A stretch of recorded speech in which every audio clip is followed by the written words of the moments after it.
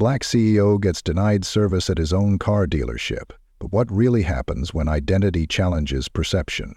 This story starts with a misunderstanding, but ends with a reckoning. How do you treat people when you think no one is watching? Let us know in the comments section below. Lindsay Garrison adjusted her sunglasses, not because the sun bothered her, but because she was tired of being seen.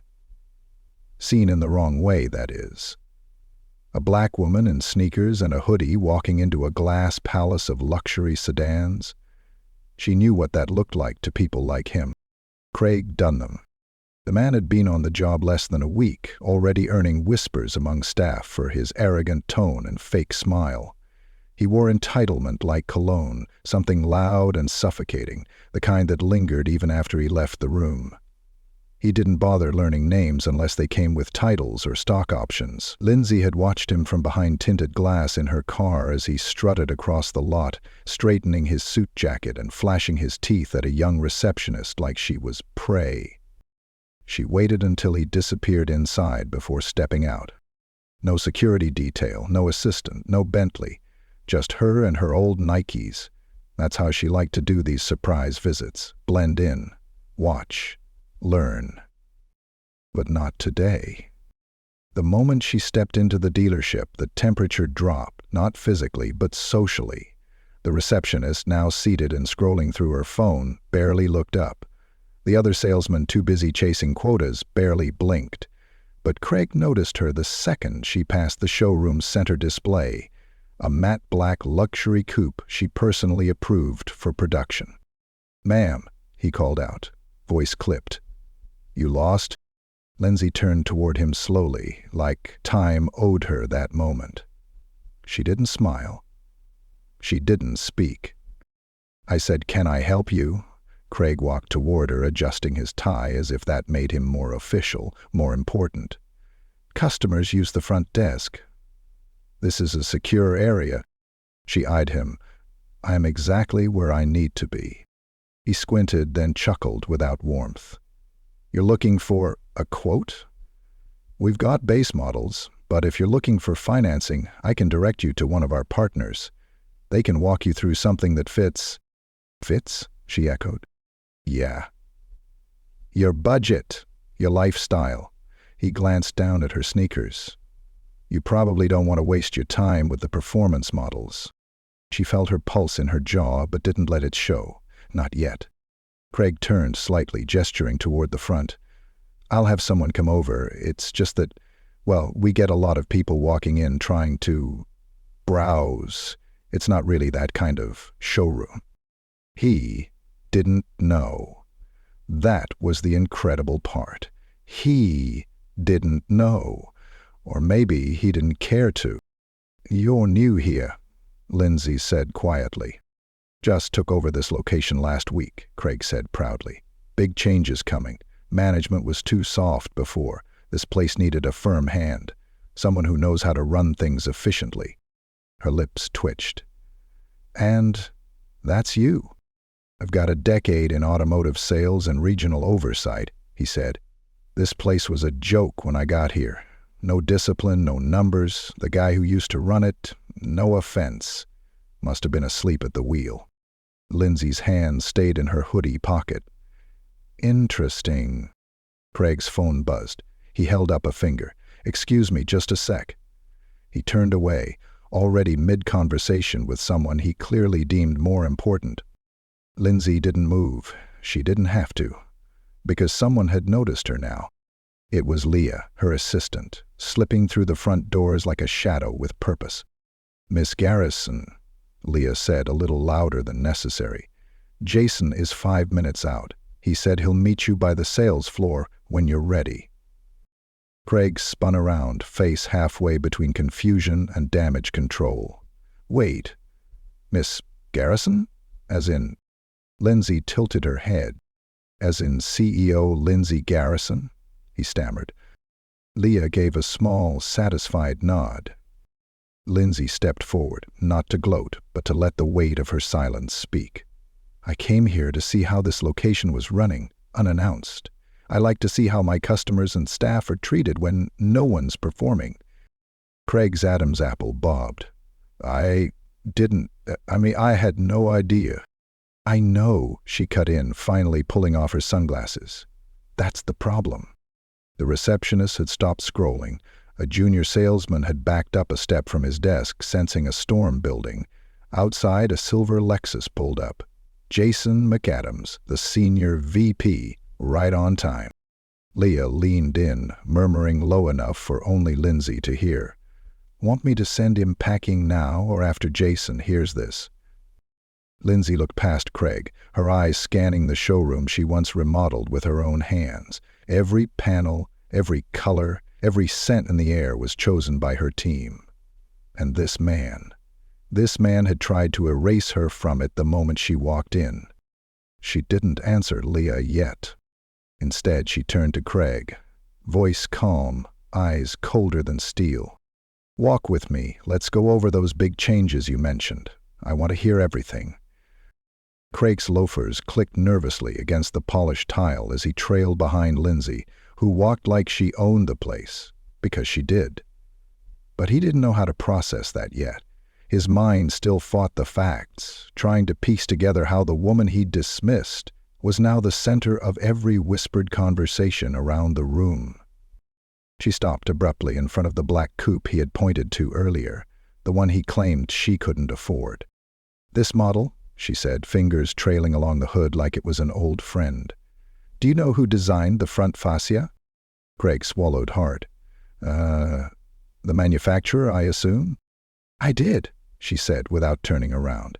In a boardroom 3 years ago, I pushed for a low-slung, wider grille, told them it would modernize the silhouette and hint at performance without screaming for attention. He didn't reply. There was no way to spin that into a win for himself. Do you know how I started? She asked, finally facing him again. At this company? Craig shook his head. Reception, she said. My first job out of college. I answered phones in a skirt suit I bought with borrowed money, learned every floor, every position.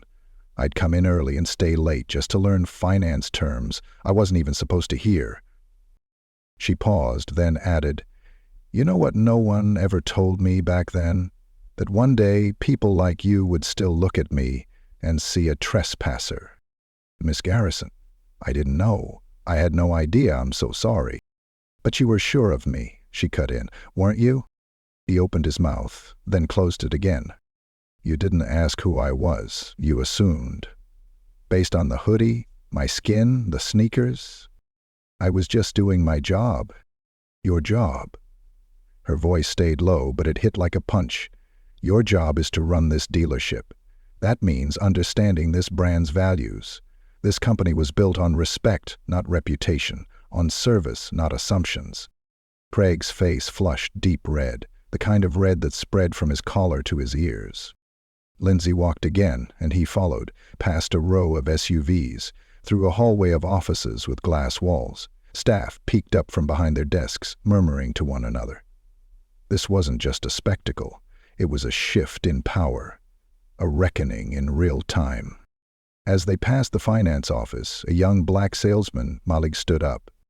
Miss Garrison, he called out softly.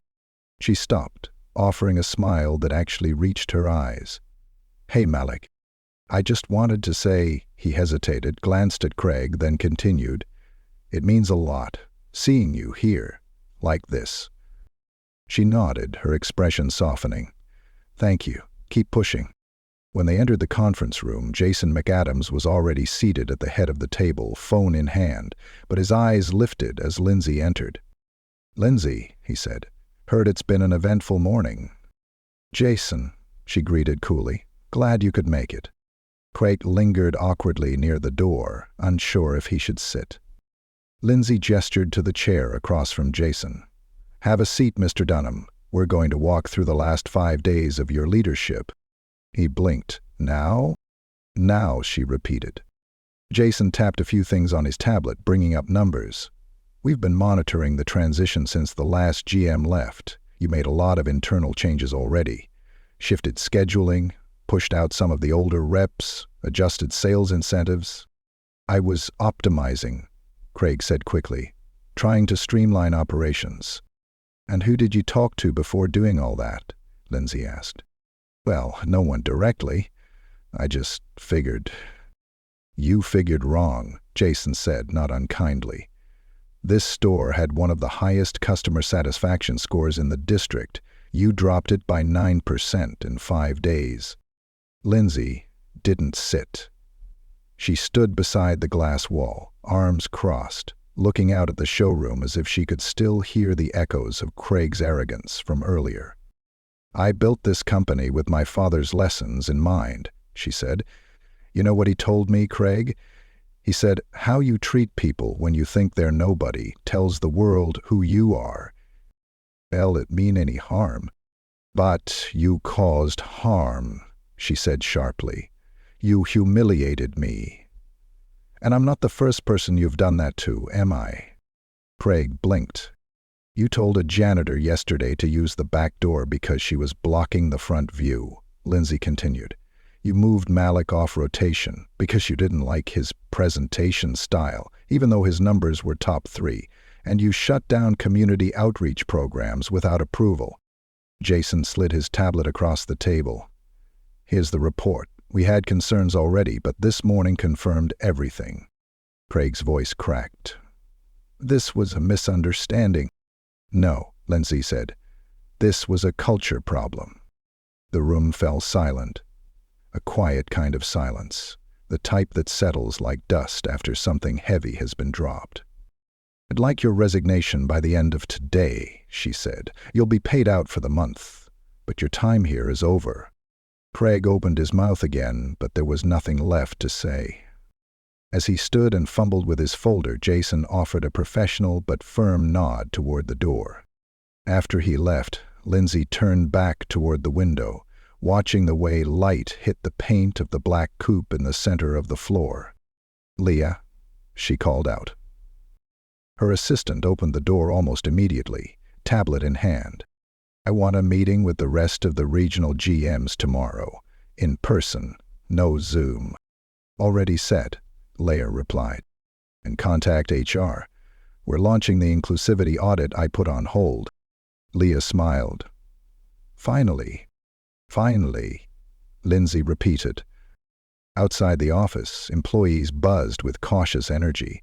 Some nodded toward her as she walked by. Others simply watched, unsure whether to smile or hide their approval. But she didn't need their reactions. She had walked into a place where she had once been invisible and made herself undeniable. And she wasn't done yet. There was a certain silence that followed truth. It wasn't peace, not yet. It was the kind of silence that settles over people when they realize everything they thought they knew had a crack in it, and the truth was leaking out. Lindsay Garrison walked back into the dealership later that week, this time in heels and a tailored black blazer. No hoodie, no sneakers, no glasses to hide behind. She wasn't here to blend in today. The room shifted as she entered. Conversation stopped mid-sentence. A man put down his coffee. A woman at a computer quickly minimized her browser window. Everyone knew who she was now. There was no mistaking it. She wasn't a customer. She was the reason they had jobs. Leah followed a few steps behind, tablet in hand and her expression calm but focused. HR's prepped the interview room. "The auditors are here and already set up in Conference B," Leah said, not missing a beat. "Good. Give them the employee lists. Start with sales, then finance, then support staff." "You got it." "And layer?" "Yeah. Make sure they talk to Malik. Privately." Leah gave a small nod, the kind that said she already had and wasn't waiting for permission. As they passed through the floor, Lindsay noticed something that made her stop. It was a woman, middle-aged, caramel-skinned, wearing a company polo with the Ellis Auto logo stitched into the chest. She was wiping the windows with a cloth that looked like it had already done its time.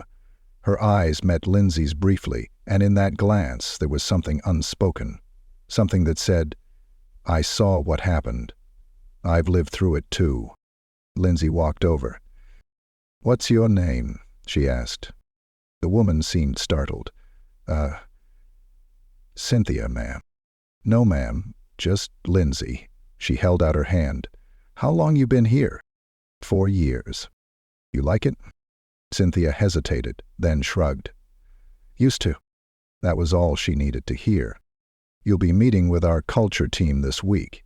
Anything you say stays with them, but it matters, understand? Cynthia nodded slowly. Her eyes said more than her lips ever could. Lindsay moved on, but not before leaving a folded note in Cynthia's hand. It was a direct contact card to her personal office. No assistant filter, no gatekeeper, just a line straight to the top. By the time she reached her office, Jason was already there, leaning against the edge of the desk with his suit jacket unbuttoned and a mug in hand. "Thought I'd beat you in today," he said. "Guess not. I had a few extra stops to make." "I heard. Word travels fast when you talk to the janitorial staff." "They see everything," Lindsay replied. "They hear more than we ever will." Jason took a sip and sighed. "You sure about this audit? We already took out the source of the problem." "The source?" Lindsay arched an eyebrow. "Craig was a symptom, not the cause. If our system let him think that behavior was acceptable, then we've got mold in the foundation." Jason didn't argue. He knew better. He also knew Lindsay wasn't looking for comfort. "Malik texted me last night," she added. "Said thank you, said no one's ever stood up for him in a workplace before." Jason stared at the floor. That should have never been the case.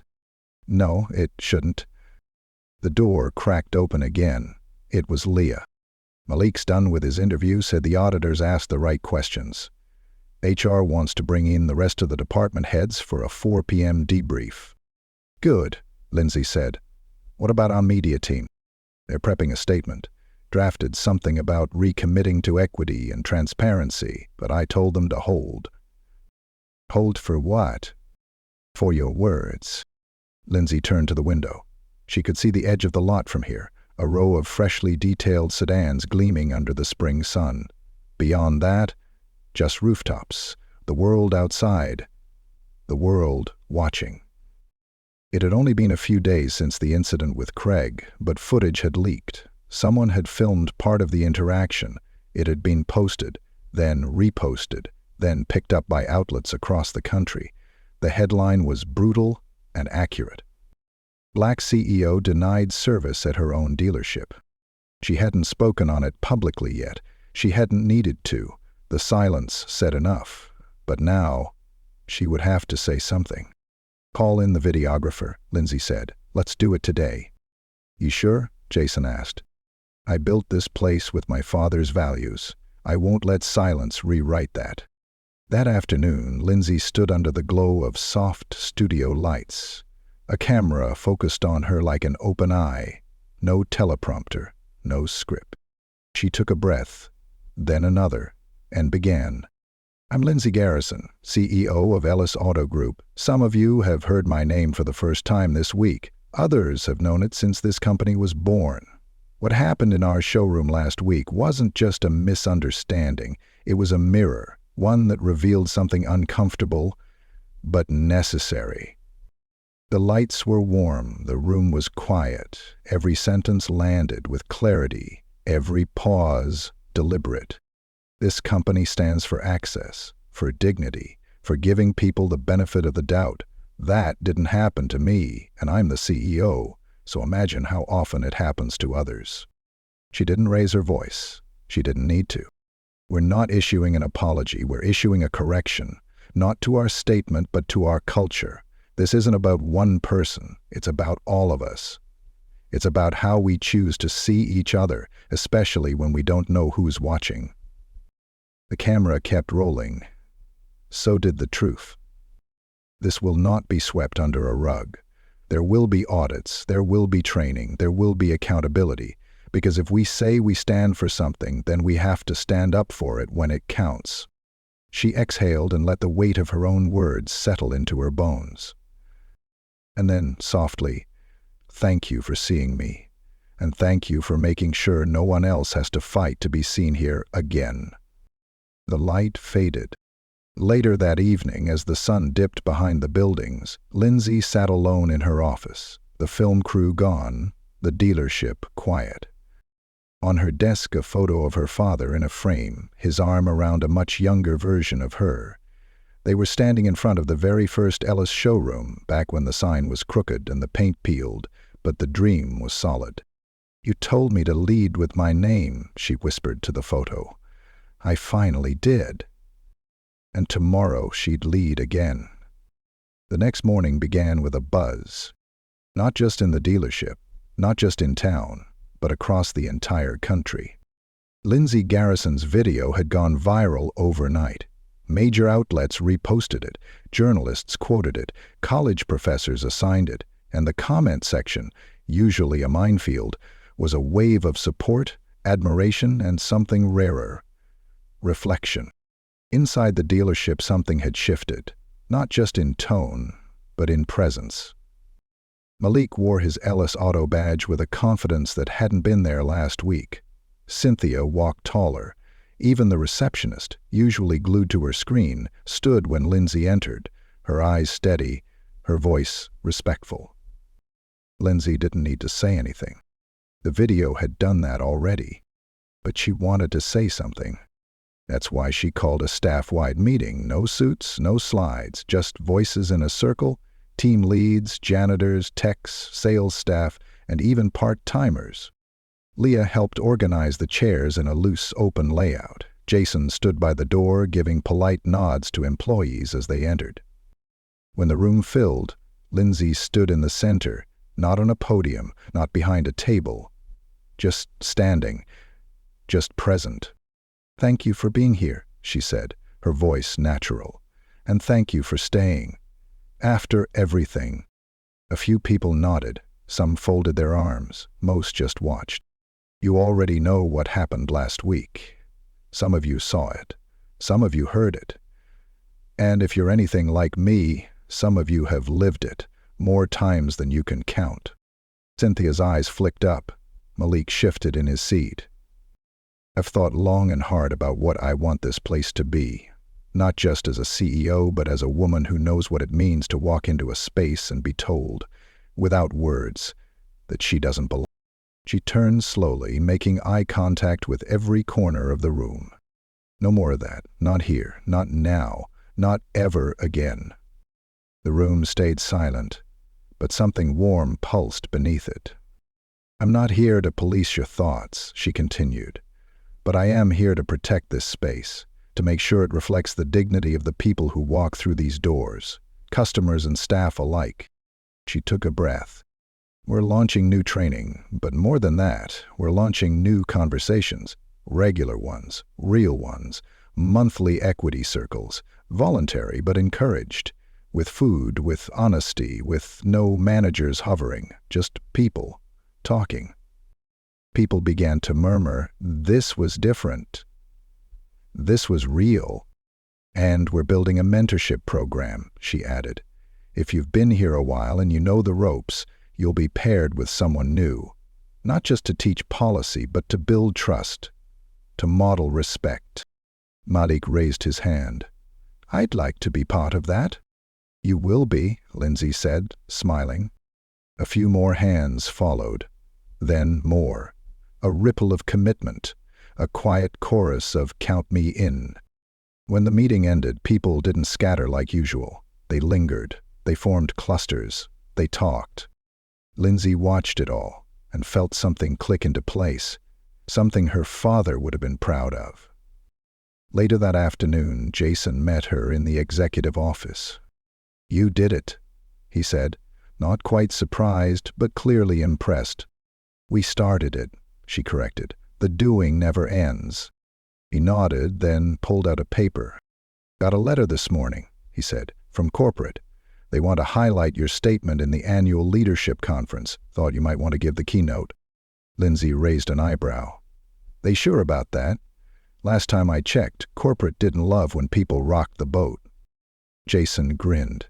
"Yeah, well, turns out the world's watching now."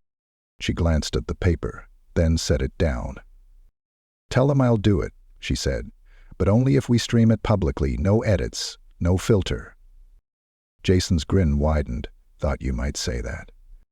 Later that week, as the dealership settled into its new rhythm, Lindsay received a visitor. An older man in a faded Ellis Auto hat. He stood just outside the showroom, scanning the place like it held memories he'd long buried. She walked out to greet him. "Can I help you?" she asked, noticing the deep lines around his eyes. "I was friends with your father," he said. "Used to work in the first shop, back when the roof leaked and the coffee was just hot water and hope." Lindsay smiled. "Then you helped build this?" He chuckled softly. "I just followed his lead. We all did. He said something once. Said, 'Treat people right when no one's clapping, and you'll never need applause to feel proud.'" Lindsay's throat tightened. She nodded slowly. "I think he'd be proud of you," the man said. "I hope so," she whispered. The man left a few minutes later, but his words stayed. They echoed in her office, her hallway, her breath. As the week rolled on, emails came in from other branches, messages from staff across the country, people sharing stories, people saying, "Me too," people saying, "Finally." And in the center of it all stood Lindsay, no longer unseen, no longer doubted. She had stepped into a space that tried to shrink her and made it bigger instead. One afternoon, as the sun spilled across the dealership windows, she stood outside with Malik and Leia, watching a new class of hires walk through the front doors. "Think they know what they're stepping into?" Malik asked. "They will," Lindsay said, "because we'll show them." Leia nodded, tablet in hand, but eyes soft. A breeze swept past, rustling the Ellis Auto flag just overhead. "Everything changes now," Lindsay said, and this time she meant it, because the next chapter wasn't about defending her place. It was about making room for everyone else who never had one to begin with. And for the first time in a long time, Lindsay Garrison didn't feel like she had to fight to be seen. She just was, and she always would be.